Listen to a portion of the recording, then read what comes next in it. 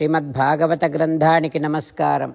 నిగమకల్పతరోర్గళితం ఫలం సుఖముఖాదమృతద్రవ సంయుతం పిబత భాగవతం రసమాలయం ముహురహో రసికా భువి భావుకాః. శ్రీసుఖయోగీంద్రుల వారికి నమస్కారం. యం ప్రవ్రజంతమనుపేతమపేతకృత్యం ద్వైపాయనో విరహకాతర ఆజుహావ పుత్రేతి తన్మయతయా తరవోభినేదుః తం సర్వభూతహృదయం మునిమానతోస్మి. నరనారాయణులకు, చతుర్ముఖ బ్రహ్మకు, సరస్వతీదేవికి, వ్యాసమహర్షుల వారికి నమస్కారం.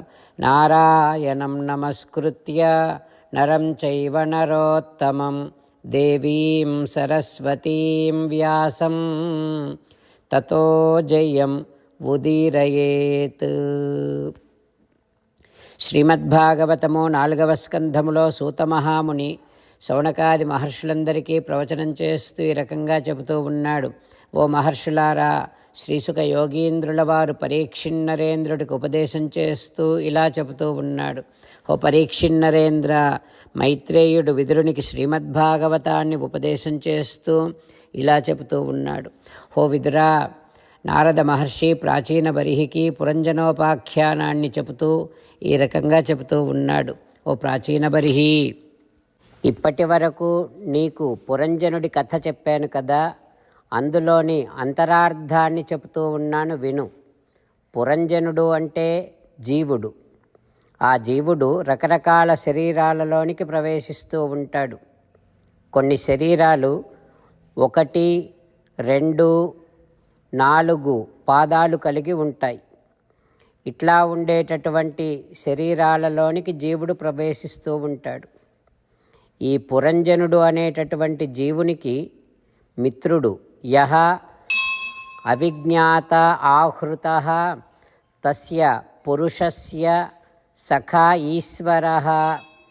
అవిజ్ఞాతుడు అని చెప్పబడినటువంటి వాడు సర్వేశ్వరుడు జీవునికి మిత్రుడు. సర్వేశ్వరుడికి ప్రాకృతికమైనటువంటి కోరికలు ఉండవు కనుక అతనిని అవిజ్ఞాతుడు అని అంటారు. ఇక జీవుడు శరీరం అనేటటువంటి క్షేత్రములో ఉండి ప్రకృతి యొక్క గుణములను తన ఇంద్రియముల చేత అనుభవించాలి అని కోరుకుంటూ ఉంటాడు. ఆ అనుభవం కోసమే శరీరాలు ఏర్పడ్డాయి. నవద్వారం ద్విహస్త అంఘ్రి. శరీరానికి 9 ద్వారాలుంటాయి, హస్తాలుంటాయి, పాదాలు ఉంటాయి. అయితే చెట్లు, కొండలు లాంటి స్థావరాలు, జంతువులు, వీటి శరీరాలు అన్ని విధాలైనటువంటి ఇంద్రియాలు కలిగి ఉండవు. అందుకని ఆ శరీరాలలో ఉండేటటువంటి జీవులు అన్ని విషయాలను అనుభవించలేరు. మనుష్య శరీరం మాత్రం అన్నింటినీ అనుభవించడానికి కావలసిన ఇంద్రియాలతో ఉంటుంది. అందుకనే ఈ శరీరాన్ని, మానవ శరీరాన్ని సుందరమైనటువంటి నవద్వారపురం అని అంటాం. 2 కళ్ళు, 2 ముక్కు పుటాలు, 1 నోరు, 2 చెవులు, మలద్వారాలు 2. ఈ రకంగా 9 ద్వారాలతో కూడి ఉంటుంది సుందరమైనటువంటి నవద్వారపురము అని చెప్పబడేటటువంటి మానవ శరీరము. ఇందులో తూర్పు వైపున ఉండేటటువంటివి 5 ద్వారాలు. అవి 2 కళ్ళు, 2 ముక్కు పుటాలు, 1 నోరు. ఇక కుడి చెవి ద్వారమేమో దక్షిణ ద్వారం, ఎడమ చెవి ద్వారమేమో ఉత్తర ద్వారం, మలమూత్ర ద్వారాలు 2, పడమటి 2 ద్వారాలు.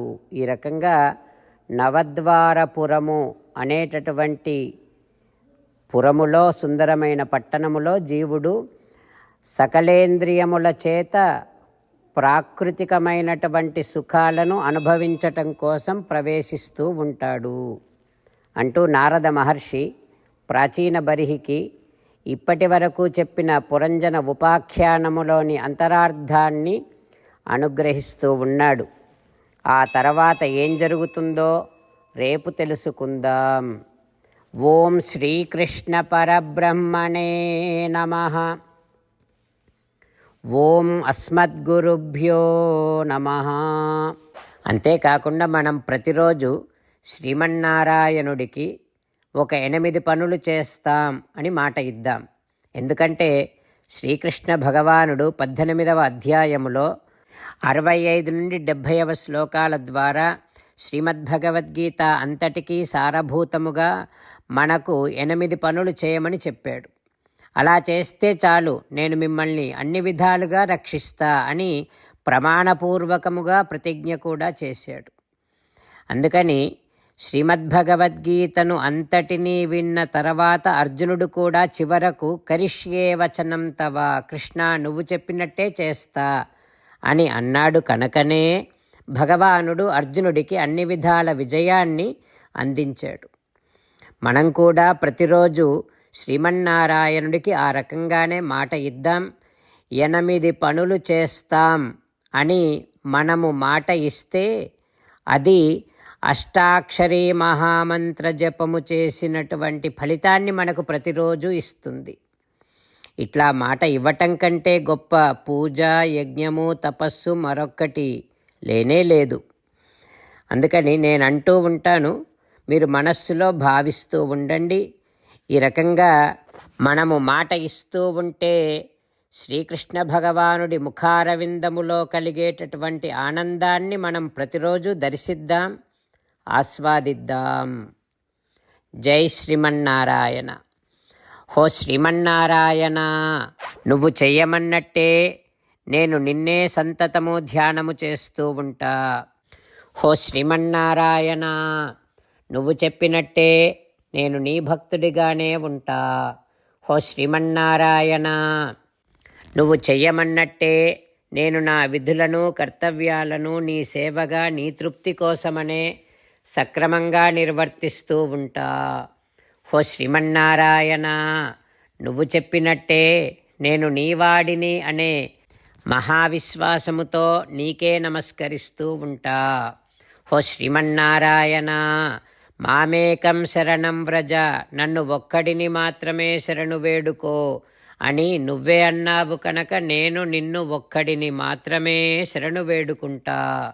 హో శ్రీమన్నారాయణ, మా శుచః, ఇక దుఃఖించకు అని నువ్వే నాకు భరోసా ఇస్తున్నావు కనుక నేను ఇక దుఃఖించను.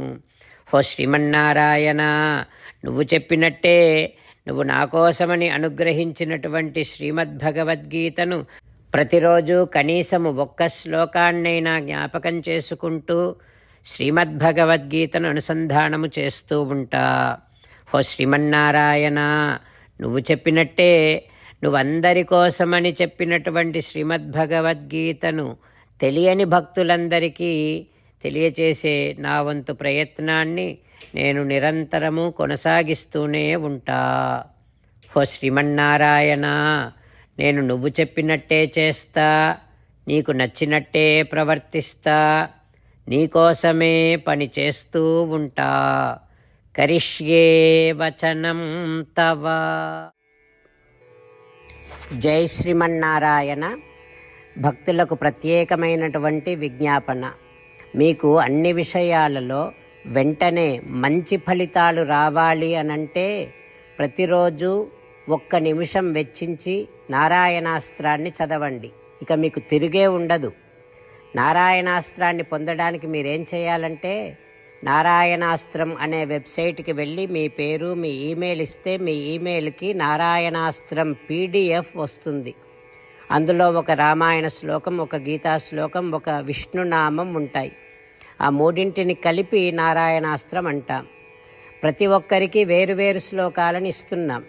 ఆ రకంగా ఎవరి శ్లోకాన్ని వారు ప్రతిరోజు తప్పనిసరిగా చదవటం వలన ప్రతిరోజు ప్రతి 24,000 భక్తులతో ఒకసారి సంపూర్ణ రామాయణ పారాయణ, 33 సార్లు శ్రీమద్భగవద్గీత పారాయణ, 24 సార్లు శ్రీ విష్ణు సహస్రనామ స్తోత్ర పారాయణ జరుగుతుంది.